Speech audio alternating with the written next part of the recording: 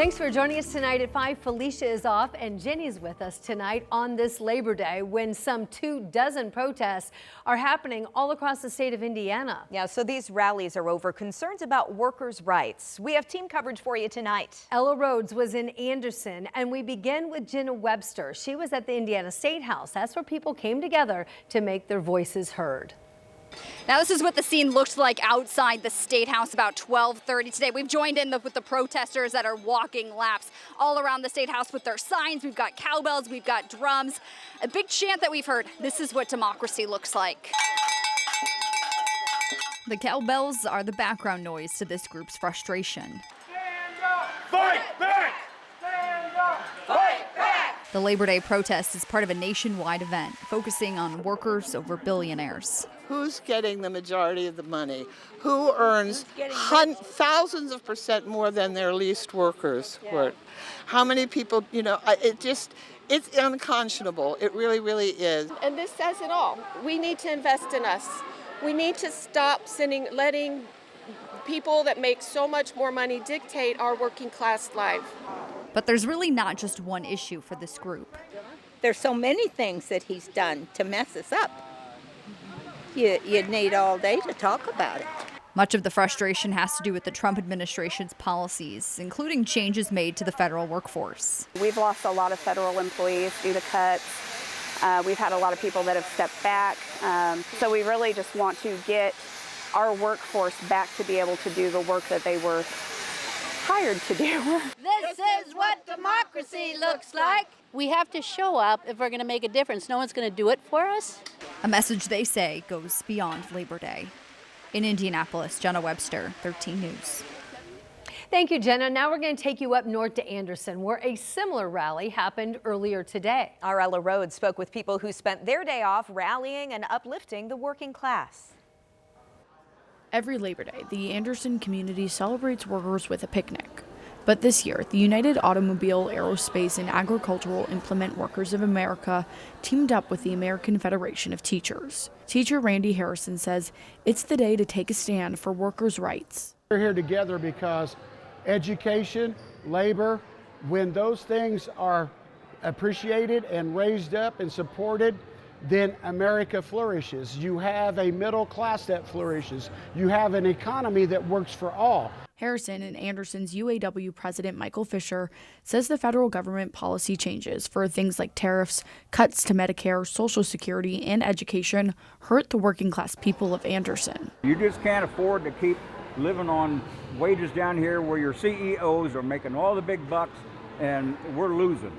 The government has taken away our benefits as our health care. Sally Sloan with the AFT says historically, Anderson is a strong industrial community, and they want people in town to understand how these changes impact them. We're trying to get other people to recognize what's happening. There's so much at stake in what's happening in our country right now, and workers, working class people are just being shot down. Everything's being taken away, and we feel like it's being given to the rich.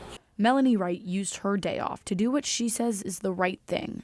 Being able to stand up for people who are just trying to make a livable wage, trying to have insurance, trying to have make it better for their kids, and to be able to feed their kids and have a little bit of disposable income. We can do it together better than doing it alone. So we need to come together in solidarity. From one rally in Anderson to hundreds across the country, fighting for support. In Anderson, Ella Rhodes, 13 News. And one of the teachers that was at that rally today told us the American Federation of Teachers has a goal for 1 million people across the country to rally on this Labor Day today. It is 5:04, and we certainly hope you've had a great Labor Day. You've had great weather to enjoy it. Look at that picture of downtown Indianapolis. Sunny skies. My goodness, it's been nice. Yes, absolutely beautiful. A beautiful night. And we're going to go with the G word, Angela. It's glorious. It is glorious. I didn't know what that word was. Oh, Oh, the G word is. Well, I agree. Picture perfect. Plus, plus, plus, Angela. Yeah, we were lucky all weekend long. Saturday, Sunday, today, plenty of sunshine. It was cool in the morning, but still plenty warm for summertime activities as we start to wrap up the summertime weather. Still feels like it out there today. Upper 70s and low 80s right now. As I mentioned, it's the first time in about 2 weeks we've been in the 80s. 81 degrees right now in Bainbridge. We have 81 Noblesville, 80 in Carmel, down to 78 degrees at Morris Reservoir. Lots of sunshine today. Skies will stay mainly clear as we head through the next couple of hours. Temperatures through sunset will be in that range of 75 to 80. Once the sun goes down, those numbers will start to drop into the upper 60s, closer to 11 o'clock midnight. Not nearly as cool early tomorrow morning, expecting upper 50s and low 60s, mostly sunny, and it's going to be warm again tomorrow afternoon. Forecasting highs in the low 80s on Tuesday and Wednesday, all ahead of a pretty powerful cold front that will bring us rain chances, maybe a few rumbles of thunder. Late Wednesday into early Thursday is when those rain chances peak. You can see here with Future Track 13 that weather system moving our way. We'll slow this down, and I'll have the local analysis in a few minutes. All right, sounds good, Angela. Thanks so much. Well, there was some wind earlier this afternoon, and unfortunately, that caused a small brush fire in Hamilton County. And we want to show you that this is the reason for the smoke that many of you saw today and maybe even reported. The Westfield fire chief told us a homeowner was burning something outside, and then the gusty wind caused it to spread a bit. Now, the fire department did contain the fire to a part of a nearby field you see here. Firefighters sprayed the field, make sure it did not reignite. Right now, teachers here in the state of Indiana are using a new system. It was rolled out this school year by the Department of Ed, and it's to help track documents of students that have specialized needs. However, the rollout has left many teachers frustrated and behind on their work as well. Our Matthew Foltz joins us now with a look at the issues and what some experts in the program are saying. Yeah, good evening to you both. We know right now this is a new program that was really rolled out specifically to help special needs teachers, special education teachers. But this new integrated system called Power School tracks individualized education programs, or IEPs. But that learning curve isn't easy for everyone. So now IEPs are documents that teachers use to adjust plans in classrooms for students with things like autism or maybe ADHD. It was rolled out across the state back on July 18th, but in less than 2 months, it already has teachers reaching out to each other for help. So I spoke with a special education director in northern Indiana who helped set up this new system.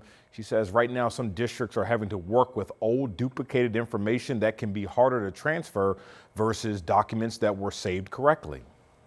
Like a single entry for a single parent, making sure they're the legal designee, making sure they can receive mail, making sure they have an email if they will do digital signatures or if they want things electronically.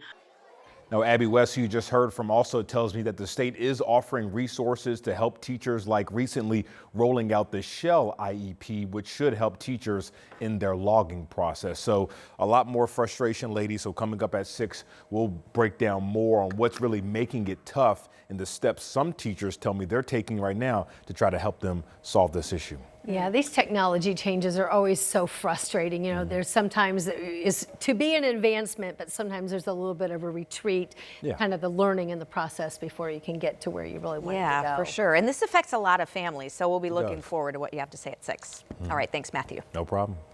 Developing tonight on the south side, the Johnson County coroner is now identifying a man who was killed in a hit and run. A Franklin man, 61-year-old Brian Tallman, died early Sunday morning. A car hit him on US 31 South near East County Line Road. That's on the south side. Metro Police tell us they are investigating this crash right now, and they have yet to release any details about a possible suspect or potentially what they were driving. Metro Police and Indiana State Police are working together as they try to stop reckless driving and street takeovers across Indy. In fact, today they shared these pictures from situations they responded to this holiday weekend.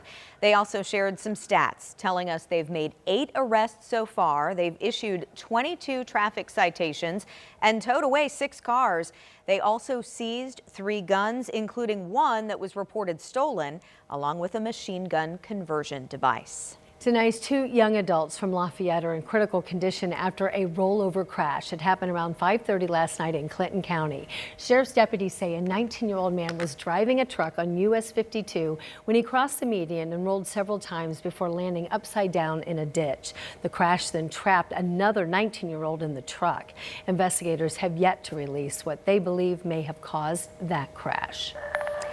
Looking ahead, want to let you know you have a chance this week to help us knock out the need. Yes, WTHR is once again teaming up with the American Red Cross, having several blood drives across central Indiana. And those drives are happening this Wednesday and Thursday at the locations you see here on your screen. We've also posted the times for you as well. If you'd like to make an appointment to donate, or if you want more information about this, how you can get involved, how we can increase the percentage of people that are donating, just head to WTHR.com/knockout the need.